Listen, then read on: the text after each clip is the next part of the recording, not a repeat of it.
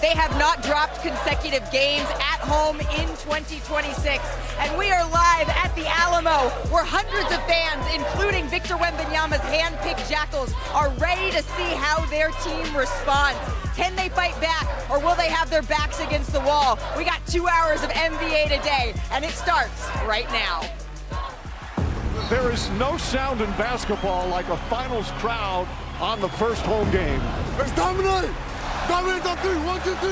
Jaylen Brunson taking this shot to the knee. You never really know what's going to happen throughout a game. It's all about how can you be better the next possession. Jaylen Brunson coming back on the floor for the New York Knicks. We need to approach the game with a better mental state. How can you improve? Having the mentality and focus, I think we need to continue to do that. Back to Brunson. Corner three is up. Bang! Brunson does it again. Up high, now cuts to the left, hops back, digs in, shot up, and good! As they take game one of the NBA Finals. And we just need to play our game, we just need to be normal. We've been successful this way, and there's no reason to change. These fans, they cannot wait to see how the Spurs will respond in tonight's game too. And you know what? Count us among them with the excitement. Will San Antonio fight back and make these NBA Finals a best of 5? Or will Jaylen Brunson, yeah, we see you Knicks fans out there, continue one of the most dominant stretches that we have seen in basketball history? So there's a little bit of lightning in the forecast. So today, NBA Today is inside the Alamo. But you know what? We so appreciate all of the fans still showing up, hanging out with us for our show, alongside some NBA champs, Kendrick Perkins, Amon Shumpert, Danny Green, the People's Champ, Brian Windhorst. I'm Malika Andrews. DG, did you know you've actually never dropped a game 1 in the NBA Finals? In your career, you never did. Never, ever. That can't be correct. Never, ever. You didn't. You were that good. He dropped the game 6 though, against me. I know that. He dropped the game 6. So I'm going to test to this. You don't know how to win game 1 in order to win a ring. The odds makers, they say that San Antonio is going to be coming back in this game. But Perk, what say you? I say that the Spurs get this game, but it's a but. Like 6.5 favorites, they shouldn't be favored in this game. No? Not from what I saw last game. Excuse me, the conversation is how can we get Wemby going, or what are the Knicks are going to do to stop Wemby? Last time I checked, the best scorer in this postseason plays for the New York Knicks, who had a 30 ball, who had 13 in the fourth, and only on 4 free throws, because you know what the narrative was in the conference finals. What's that? Can we get a fast shot? Is SGA, OKC, the fouls? The San Antonio Spurs outshot the New York Knicks from the foul line, and they still took an L.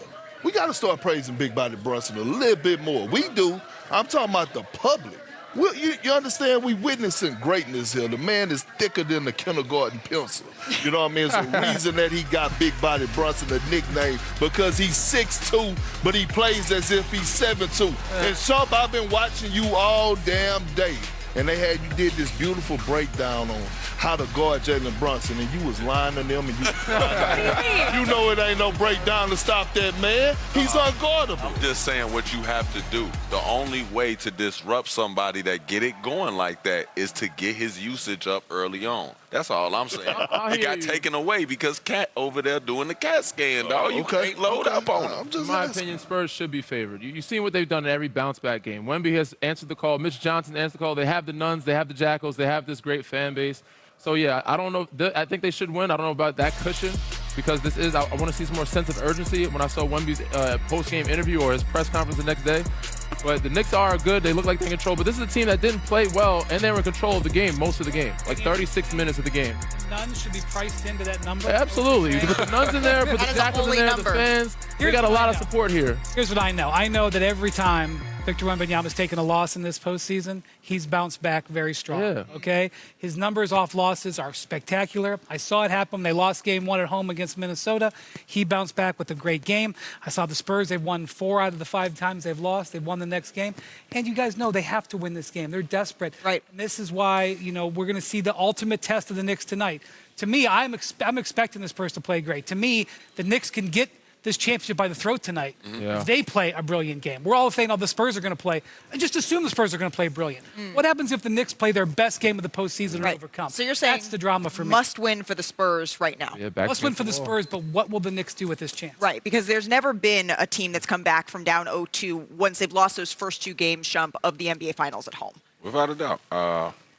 Everybody's got their sights on all these people I still think De'Aaron Fox has to play a better game, and then it doesn't look like that. Yeah. Victor Wembanyama doesn't turn it over 6 times, and it doesn't look like that. You know what I mean? So when I look at this, I think it's right, Perk. I know you don't like the point spread. I get it.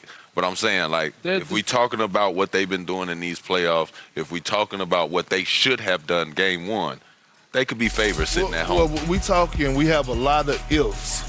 If was a fifth, we'd all be drunk. If Wemby didn't turn over the ball 6 times. You ever heard of the term forced turnovers? Without a doubt. Activity? Without a doubt. Boxes and elbows? Yes, sir. We heard of that, right? I believe the Spurs will win this game tonight. Right. But I'm not going to sit up here and disrespect what I saw from the New York Knicks, and I'm not going to downplay how great of a ball club they are, and I'm not going to downplay the expression or lack thereof of Jaylen Brunson after that game 1 win when he was still pissed off, looking like he was looking forward to game 2. I don't think Jaylen thinks he even played that well. He didn't. He did. He doesn't believe that. I don't think the Spurs feel like they did a bad job on him because he's 13 of 31. Was that what it was? 12 or 31. Yeah, 12 of 31, 31 shots, 30 points, 31 shots. Now, obviously, in the fourth quarter, they couldn't stop him. But some people tuck tail. He didn't tuck tail. Well, that's true, Shump. You were right about that. But if you went to Mitch Johnson right now and said, hey, would you sign up for Brunson tonight, 32 points on 31 shots? He'd sign it right now. Yeah. The 32, not great, or the 30, whatever he scored. 31 shots, he'll take that. And that's why I think Brunson was upset. Brunson knows he can play better. And here's what I'm going to say. What if he does? What if he actually has a good game tonight? Exactly. Right. That's the thing. And that's the catch here, because I truly believe that while San Antonio absolutely has reason to believe that they could have played a better game, they should have played a better game. They had that game. They were up by double digits in the third quarter. So did the New York Knicks. The New York Knicks absolutely, Shump, believe that they have not played their best basketball yet.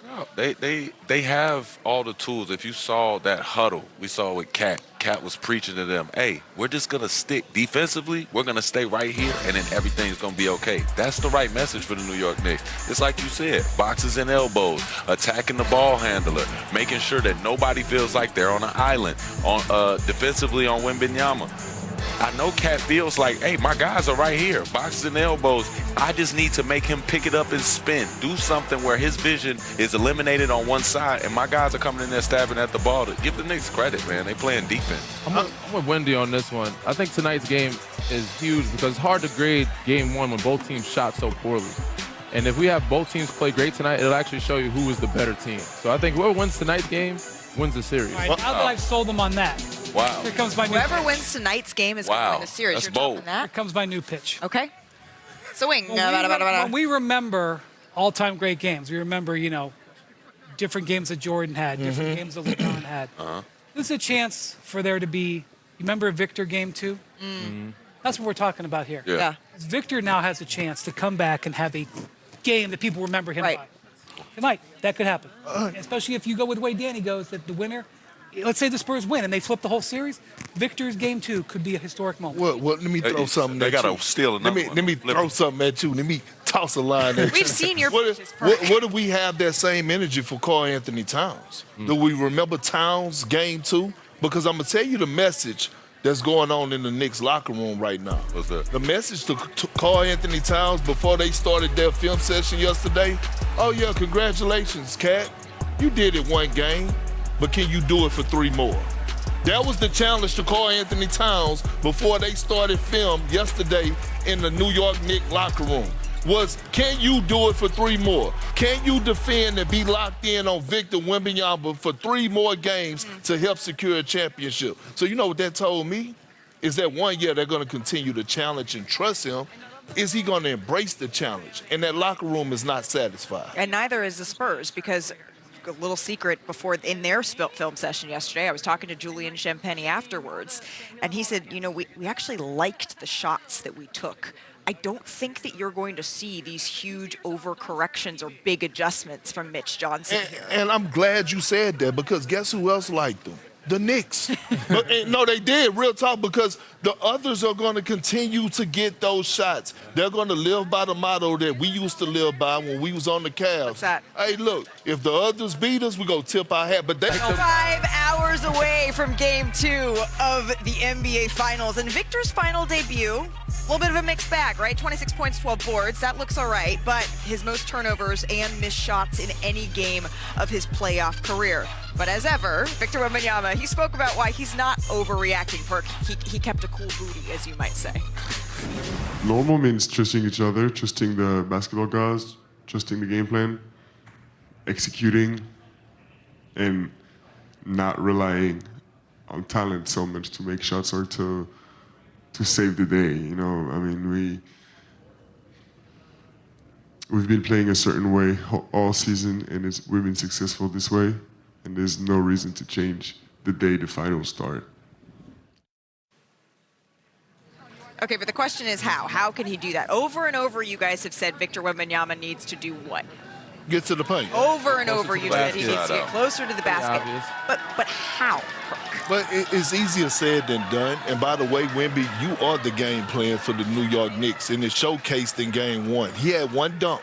And I want to show you one example. They was running their horn set, what they go to every single time. It's a double high pick and roll, and usually Wemby rolls to the basket, right? He's going to roll to the basket as Stephon Castle comes off. Now watch the early bump by big body Brunson, pass them off to Mitchell Robinson. Now look how many people are in the paint. The weak side, the strong side, and we know that's the golden rule, is to not to help off the strong side corner. Same action again. Although Keldon Johnson knocked down that three. Here we go again. Wemby rolling to the basket. One hit, stood him up. Here we go again. Watch the weak side. Mitchell Robinson, Josh Hart, activity. So again, they're going to live and say, you know what? Keldon Johnson, Champagnie, you guys are going to have to make shots for 48 minutes. And if y'all do, then we'll adjust. So again, we're going into Game 2. What would you do, though, Shump, to get Wemby going? In that same action, especially if you got that horns action or something, I found every team has. Yeah, I found success a lot of times. Been here before time.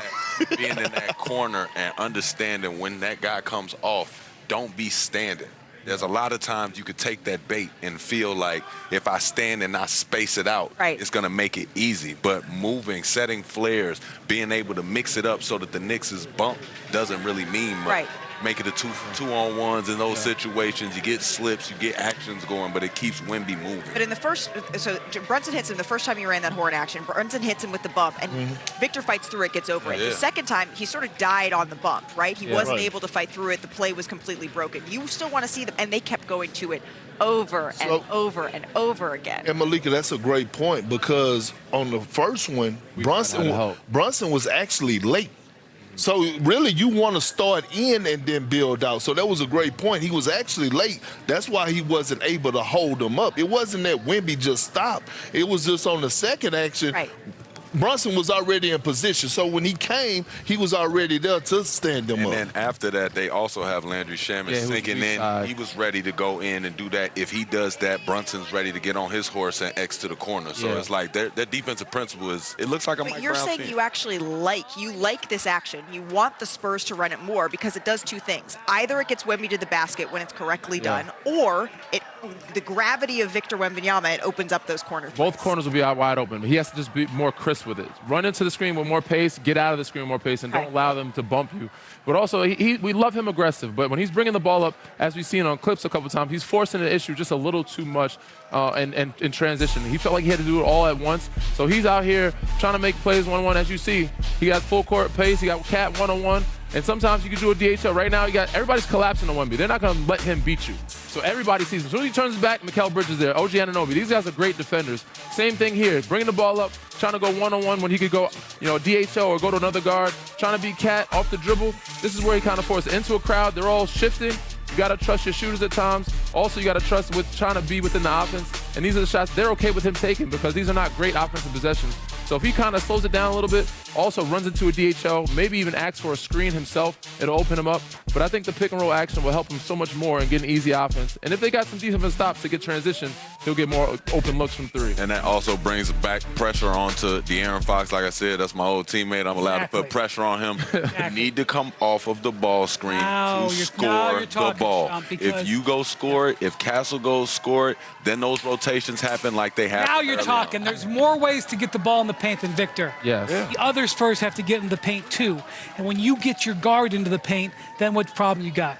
Yeah. Number one, coming on the lob. When Mitch Johnson looked at the film, he was upset about the lack of passing. He saw 16 assists and said, my God, when was the last time we had 16 assists in a half, much less a game? And the second thing he said was, we couldn't get anybody in the paint. We got to get our guards to get their feet in the paint, and then we can go to Victor like you just saw right there. That's a big part of their offense. That was not part of their offense at all in game one. And you need the guards to get penetration to set up those lobs. The top item is getting Victor Wembanyama going. These are the ways, my friends. These are the ways in which the Spurs can look to get it done. Victor gets going, and you know who else gets going? The Jackals. And our friend Tim McMahon, he was out there. He was embedded with the Jackals, the Spurs super fans for game one.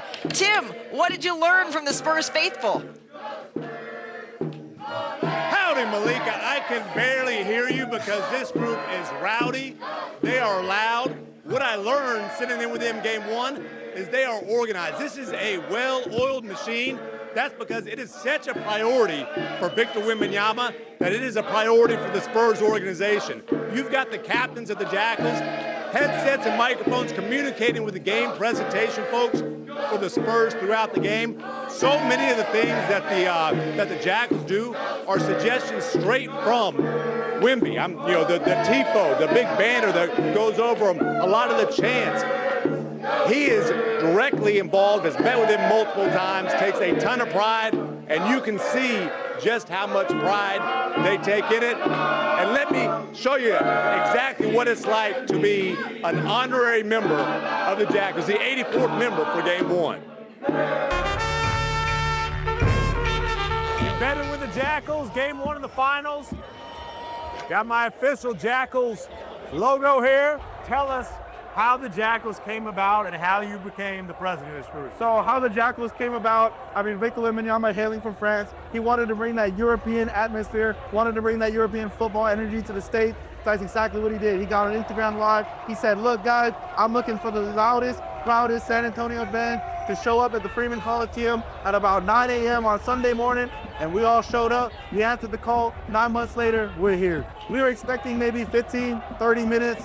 But Victor Wembanyama, being the humble guy he is, he says, look, guys, this is something serious. This is something I'm passionate about. He gave us about 2.5 hours.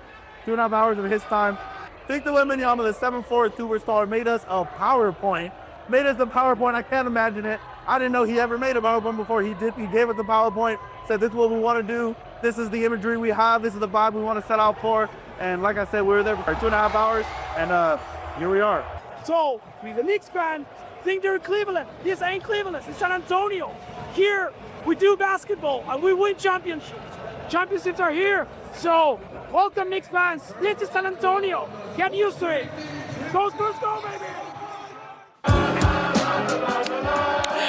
He said, this ain't Cleveland, this is San Antonio. Tim McMahon, I know that the Jackals, all week long, they have been wanting to chat with our Danny Green, and it looks like you got him out there. Is he going to lead us in a chant? Well, listen, Wemby hand-selected the 83 members. He didn't pick me, but I don't think he would mind Spurs legend Danny Green being an honorary 85th. And Danny got a little something for us here. Yeah, why not? The Jackals taught me a few things last time I was here. I'm going to try to bring the energy to the crowd behind me. Here we go. Ready? Y'all ready?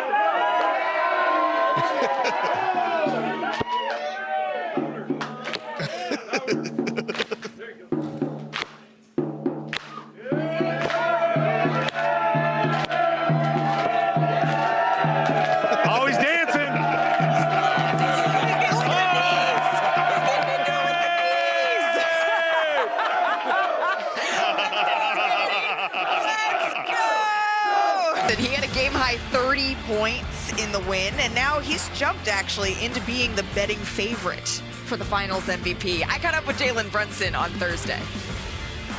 The Knicks and their fans holding their breath right now. Brunson at the scores table, set to check in at the next whistle. Corner three is up. Bang! Jaylen Brunson does it again. The Knicks take game one of the NBA Finals. At the risk of just giving you an opportunity to look into the thesaurus and say another word for I'm good, how's the ankle and the knee feeling? I'll be all right. There we go. We got a little bit of a different one. So what does the next 24 hours look like, both in terms of treatment and preparation? Just getting as much treatment as you can.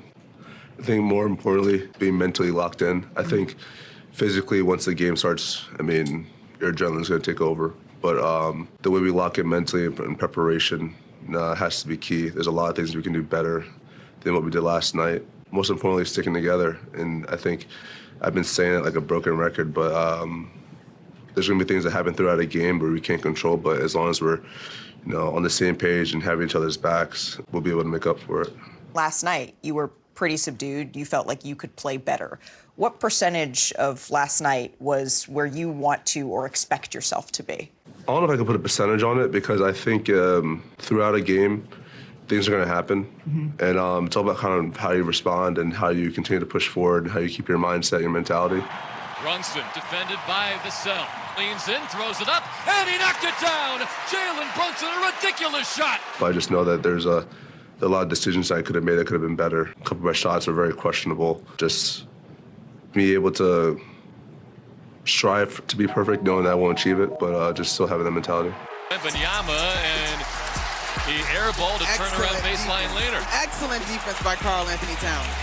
We got to keep playing defense this way. We're at 34% for them. We got to keep playing defense this way. This will win us the game. Well, Karl Anthony Towns, I don't know if it was perfect, but his defense on Victor Wembanyama last night is getting a lot of attention, and it should be. From your vantage point, what did you see him, and how did he limit Victor? I think Cat did a great job showing hands. Just trying to make everything as difficult as possible. He's obviously an incredible talent. Being able to guard him with not just Cat, but everybody behind him. Cat has the trust that we're going to try and help him. How has what we saw last night become the norm for him?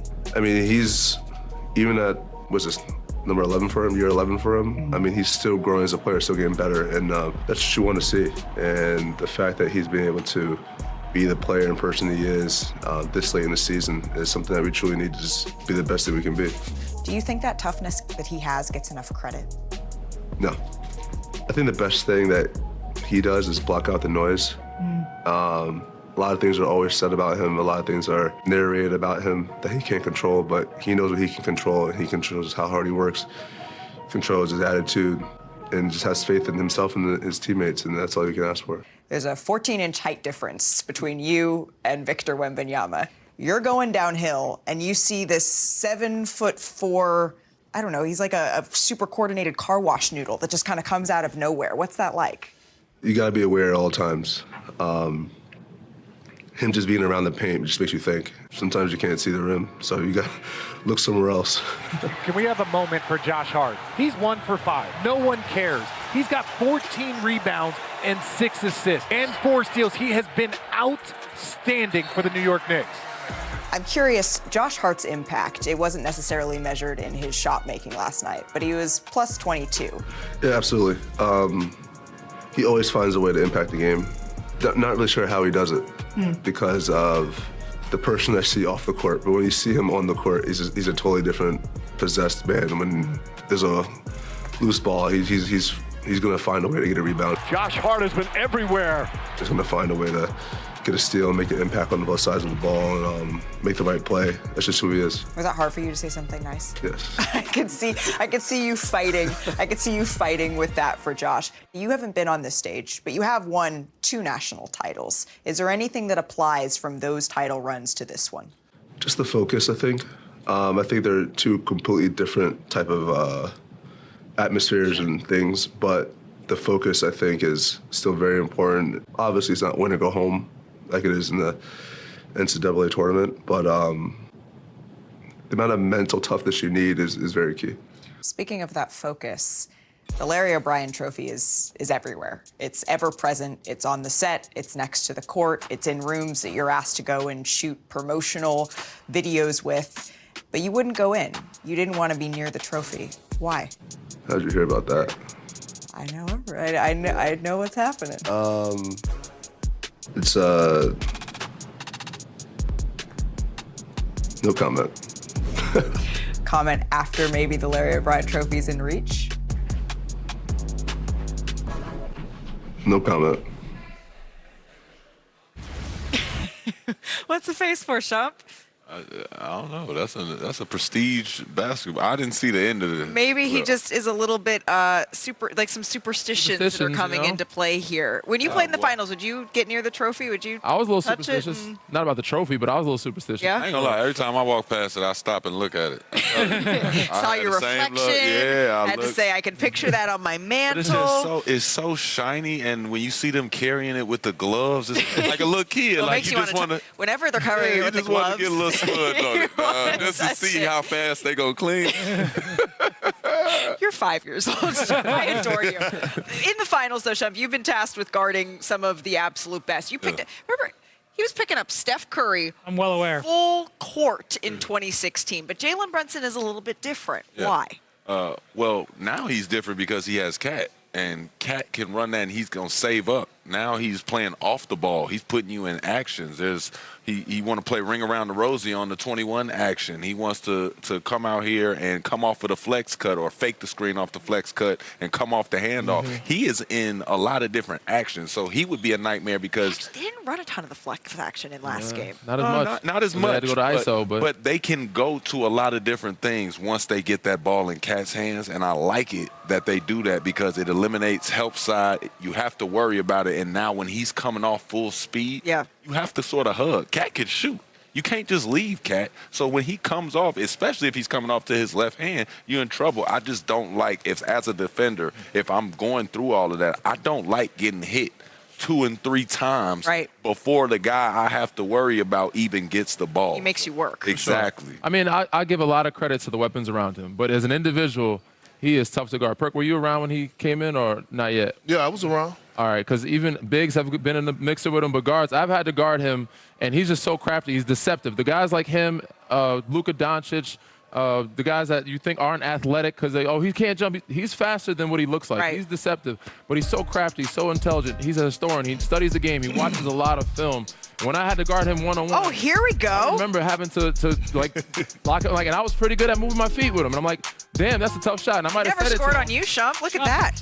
Couldn't lock touch you. him down for all 5 of those matchups. Yeah, I mean, I see zeros. I see zeros. I had 34 matchups. Okay, not bad. 12 points, not bad. Again, I was pretty good at sliding my feet during those days, and I remember him hitting those tough shots. I'm like, damn, that was a tough you sliding your feet out and there. he looked You're at me still doing like, all right. I do this, my boy. This is what I do. Like, he makes tough shots, but he's so crafty off 2 feet. He off 1 foot. And people don't think he uses right hand. He uses that right hand more than people expect, so he's so deceptive. That little scooper shot he does, I always see him do, it comes from the eyes. He does the eyes, the Chris Paul thing where they come off, they're staring at something, they're looking one way, and then they turn the burst. Change the speeds, change the eyes, change the focus of the defender. Look at him right here playing against Sacramento. Uses the eyes. That's all he needs to get that little advantage. You see him do that stop and go. It's like a little Isaiah Thomas used to do it where he turned his back and then go real quick. Smitty. Yeah. That you see him watch him shift, go back, and he looks around. You have to respect the look because he is a willing passer. So deceptive. He does have guys around, but if you're a young guard, always use the eyes. It works. If you don't have great size, these guys all have great size. If you don't have great size, you have to be brilliant. You have to be brilliant in so much of the rest of the game just to make the NBA. Yes. To be a star in the NBA, you have to be uber, over the top. Yeah. You have to have craftiness. You have to have this skill game. You have to be prepared, more prepared than anybody else. You have to master angles. You have to master momentum. You have to master going fast and stopping. You have to master going slow. Sometimes he goes slow very, very well. His mastery of the game is totally complete, other than his height. Everything else he's mastered. That's why But he has to get going from the jump, right? That's what he's looking to do tonight, Perk. I mean, and he's going to do it. like everything y'all just said was right, and that summed it up to say he's a bona fide killer. Yeah. You did a piece earlier in this season about when his high school days and him lacing up the Kobe's and him going out there and giving that work. That's who he is. He can't be guarded. He can't. There's no one that can stop Jaylen Brunson one-on-one. It's not a coverage. It's not a defender. That's who he is. And did y'all see the first play of the game? Like, we know he got up to the top of the key for a wide open three, but I actually got the film today. Yeah. Now, you talk about Jaylen Brunson and him playing off the ball. Watch this Mike Brown play. Here go one screen right here on Wimpy. Here go another screen, a back screen right here for OG Anunoby to cause so much distraction, and all of a sudden he pops back, and you know what happens?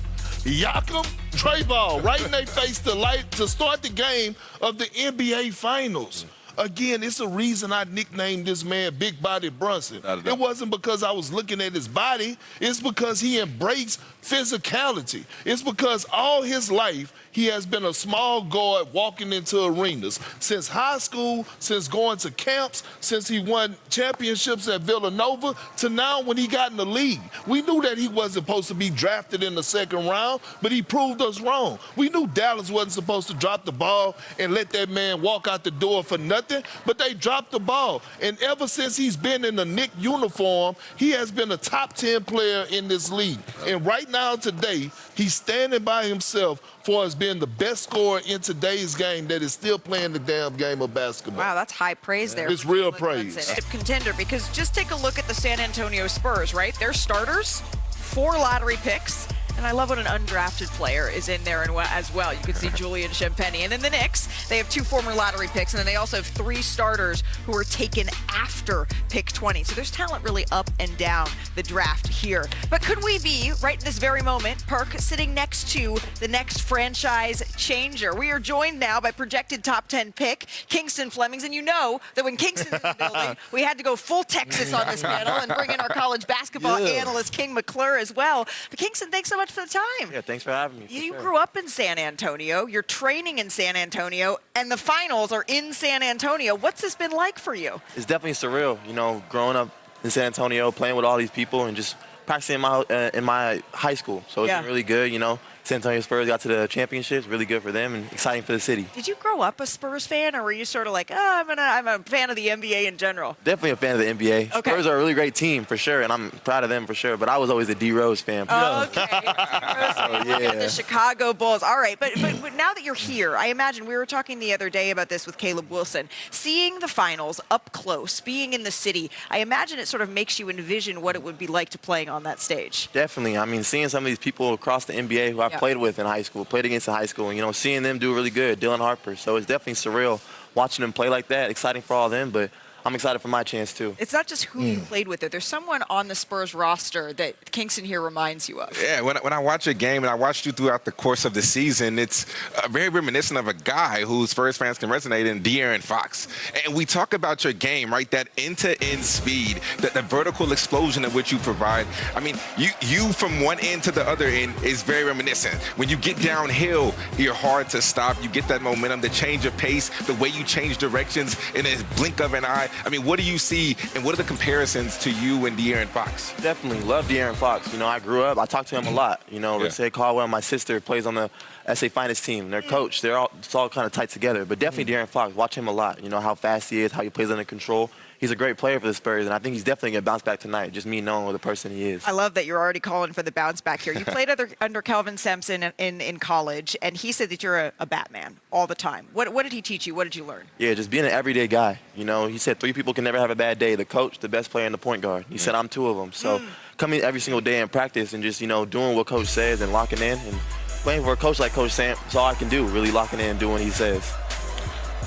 Kingston, you and I have a lot in common. One, we both from Texas. All right, hey, look, Texas Mr. Basketball, both of us. And then I got a son named Kingston. But I want to ask you this. Speaking of University of Houston and Coach Sampson don't usually play freshmen. Coach Sampson it's a culture there, right? It's a culture. You know, I call it culture of men, because there's more to it than just being on the basketball floor. Can you talk about, like, what that culture meant to you and how what you're going to take away from it heading to the NBA? Yeah, Coach Sam, he's a competitor as a coach. So, you know, when I first came in there, I just want to show everyone on the team that I'm a player. You know, they can trust me. So being an everyday guy, like I said, and coming in, I mean, they were in the national championship the year before. So right. Showing the players on this team who I was, and then just gaining trust day by day. You know, it's not built in one day, but going every single day and being that player. And he just gained trust in me.